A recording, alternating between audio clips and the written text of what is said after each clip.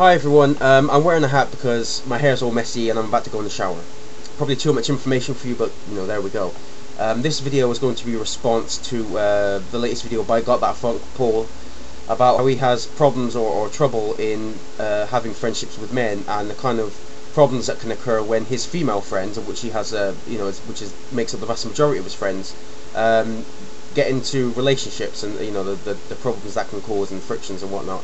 I'm going to try and bring somewhat of a different perspective to this, because I know this has already been proven to be quite a popular topic, because I've already seen a couple of videos in response to that video already, and it seems to have touched a nerve, or seemed to become quite a popular topic for YouTube users. I have the same sort of, I wouldn't call it a problem, but it's the situation that I find myself in. I also seem to have more of an inclination to becoming friends with women than men, and I think that has a lot to do with my upbringing. Now, even though my parents separated only 3 or 4 years ago, my mum was the one who did most of the upbringing. My dad was the kind of person who really had to work very long hours, and didn't really have enough time to spend with us. Now, I'm not saying he didn't do anything. There are times when he sort of made the effort, and we did family things together, but we never really got on. Me and my dad, anyway, we never really got on. And so when I became old enough that he didn't really have to support me anymore, we never really spend any more time together. Like some people can get closer to their fathers as people get older. That never really happened with me. I don't have anything in common with him really, apart from a few bands that we both like. But that's never really bothered me. I don't have anything really in common with him, and I'm not going to sort of talk to him just because he's part of my family. I know there are a lot of people out there. My mum's one of these people that would like to for our family to be very happy and talk to each other and have that sort of close-knit community. I'm not really that kind of person. If I don't get on with someone, if I don't like someone, it doesn't really matter to me whether they're family or not. I'm not going to talk to them. And so, but that doesn't really bother me. I mean, that's my choice, and that's his choice. He doesn't really make that much of an effort either. So really, it's just both our choices, and I'm completely fine with that. And it doesn't really even bother me that he gets on a lot better with my brother. Him and my brother spend a lot of time together, going out drinking and chatting and whatnot. They have a lot more similar interests. But that's just because my brother has more similar traits in common with my dad. My mum is the primary person that I take a lot of my traits from, I think. So my dad did his bit. I'm not begrudging him that. He had to work. He had to put food on the table. But it was my mum who was the primary person who brought us up.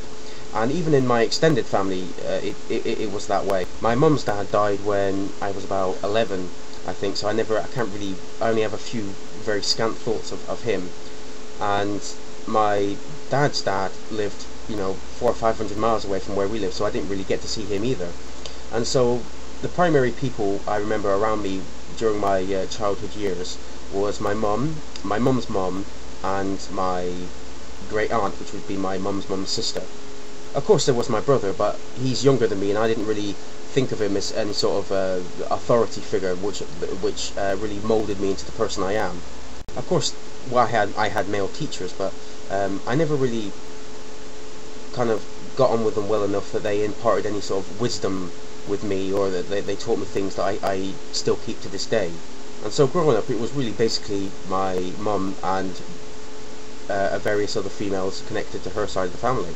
And so I think that has given me a sort of a unique appreciation for women and what women go through. And I think because of that, I connect more with women.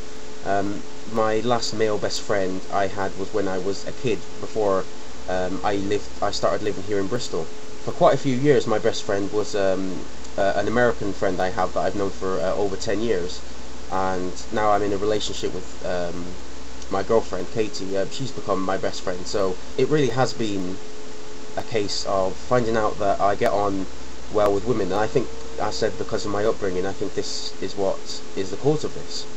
And I think because I was pretty much brought up by women, I think I find it harder to talk to men. I find it a lot easier to talk to women. My mum was basically has been my rock. You know, during the times where I've had my really low spells, I've always been able to turn to her, and so I think I've always been able to talk more and talk more openly to women than I have with men. But I have to say, this has changed since I've been on YouTube.